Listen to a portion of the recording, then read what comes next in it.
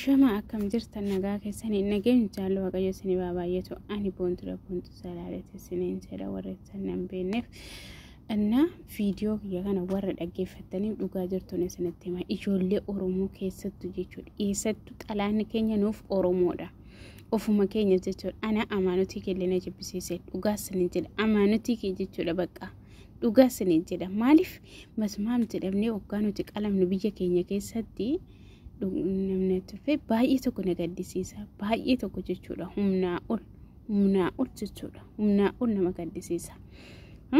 asirratti inni dhugaan jirtu isin beekuu qabdan ijoolleen Oromoo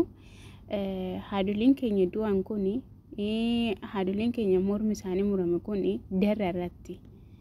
darraa jechuudha faannoon galtee fixxeerti nu fixxee jirti salaalee fixxee jirti jechuudha kanan biraa dammoo biinaa mucaan kuni kan du'e kuyyuudha darba gurraacha jechuudha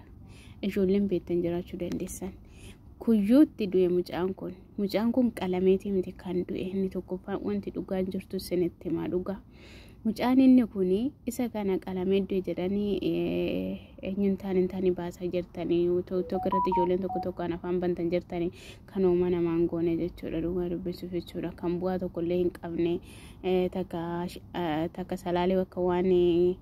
gazaba dhabee salaalee wayiin akka beela'ee dhoobote salaalee ko beela'ee dhoobodhee minaannaa fidii nyaatan dhabee hin jenne bar ofuma keessanii walitti guurrachaati jirtan malee ofuma keessanii sabachaa jirtan malee salaalee biraan ga'uu dafi eega salaalee biraan geesse akkamatti isaan deebanii dhufanii garan biraatti tajas ce'uu daddaban eessarra natti geesse isaan biraan geessa baanka minna eenyuun dhuguma gochaan godhamaa jirtu kun salaalee bar hin beelofne hin jenne nagaa dhabnee nagaa beelofnee nagaa dhoobonnee jedhan malee bishaan namni nyaata dhabne hin jenne dhugaan jirtu isinitti hima dhugaa salaalee biyya agarii biyya Taaddasaa Birruu qotatee akkatti galfatu dhabe facaafatee akkatti aramatu dhabe isinitti hima ijoolleen hin beekne baay'ee jira ani nan beeka dhugaa isiniin jedha dubbachuu garuu hin danda'u dhukkuba baay'een garaa kee keessaa qaba maaliif wanta hin dubbanneef waan qabuuf jechuudha isinitti hima isinii galee kanaafuyyuu biinaa mucaan kun kan dhalatee guddate kuyyuudha darba gurraachatti mucaa kana jechuudha ijoolleen beekuu dandeessan tokko irratti shubbisa keessatti jechuudha mucaa kana kan ajjeese Oromoodha bar faannoo miti ajjeese mucaa kana asirratti jechuudha dhugaa jirtu seente mucaa kana ajjeese faannoo miti Oromoo minishaa jechuudha minishaa gandaan beektameti ishee haraqee duddee sakkartu isheen nu nyaattu isheen nu dabaddabtu nan beekaani qofaayyuu dhugaa isiniin jedha ani baran paaspoortii baafadhu akka waraqata ganda keessatti irratti akka farmaa tokko irratti farramuu tokko godhu isaanii jechuudha ni walitti bu'een jiraane waa'ee kanaatiin jechuudha of guddisu gubboo barbaadu sii galee mucaa kana kan ajjeese minishaadha minishaan maal godha mucaan kuni haadha hin qabu abbaa qaba kan garaa nama nyaattu kan namatti dhagahamu osoo haadha qabaatee hundi keenya iyyuu hin beekna galtee nyaatta bar yoo beelofte yoo dhoobotte galtee manaa nyaatta bar mucaan kun caammaa taraga kuyyuu keessatti isinii galee obbarsiisaa hin hojjeta haadhan qabu abbaa qaba isa hojii kan hojjetee raawwateet nyaata nyaachuudha mana nyaataa dhaqa mucaan kun jechuudha darba gurraacha irratti wanti isin dhaga'uu qabdan jechuudha ijoolleen Oromoo nyaata kana yeroo nyaachuu dhaqu kan achitti ajjeese eenyu minishaadha xiyyitii daa'ima mucaan kun yoo laaltan biyaansi waggaa 17 taalaata yoo akkasiidha garuu yoo laaltu suura jechuudha isinii galee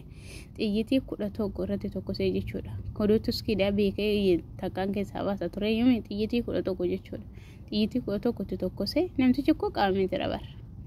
kun wanta dibbiqeeti miti bar guyyaa salaata ajjeese mucaa guyyaa salaata jechuudha nishaan mucaa kana guyyaa salaata ajjeese hin beeknu kaa waan isaanii uti hin beeknu maaliif bitamee jira kan nu nyaatu koo aangurra jira bar nu nyaachaa jiru hindi isa jalatti hojjeta waan ta'eef jiraachuu ijoollee keenya hin barbaadu Oromoon keenya mucaan kun akka sirbuu godhaa shubbisa keessa jira maal keessa jira wahiin hordofee kichuu keenya galaafachaa jiran bar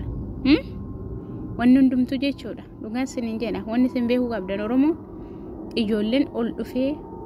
waan gaarii hojjechaa jiru waan maal jechaa jiru garuma cabaa jiran Anna salaale argaa jirtan jechuudha. Ijoollee baay'ee keenya argaa jirra. Bulaan baay'ee keenya dhabaa jirra. Mucaa kana akkasitti kan isaan ajjeesan. Kan ajjeese wayii faannoo miti wayii shanee miti naqee ajjeese. Mucaa kana jechuudha. Minishaa ganda keessatti nu hedduutu ajjeese. Minishaa ganda keessatti uummata hedduudhaan qawweetti kennanitu ajjeese. Isinii galee hin beektan hundi keessan waa'ee minishaa jechuudha. Minishaa sun amma qaamee garuu hidhamee jira. Maal yoo hidhamne bu'aa maal lubbuu saree mucaan kun hin deemu barra. Takkaa du'e dubbiin kun maaliif ka'e wal baxaxuudhaaf hoteelii kaadhaan amaanutiidhaan waan hundaaf jechuudha. Wanni ta'uu hin qabne godhame, wanni raawwatamuu hin qabne raawwatame. Kan qalame sunoo maaliif qalamte? Kan falaxame maaliif falaxame? Orominnatii keenyaaf kan garaa nama nyaatu jechuudha. Kan yoomiyyuu garaadha nama hin baane jechuudha. Keenya bakka hundatti du'a bichaadha. Yoo uummanni gadi ba'ee iyyate intarneetii cufa.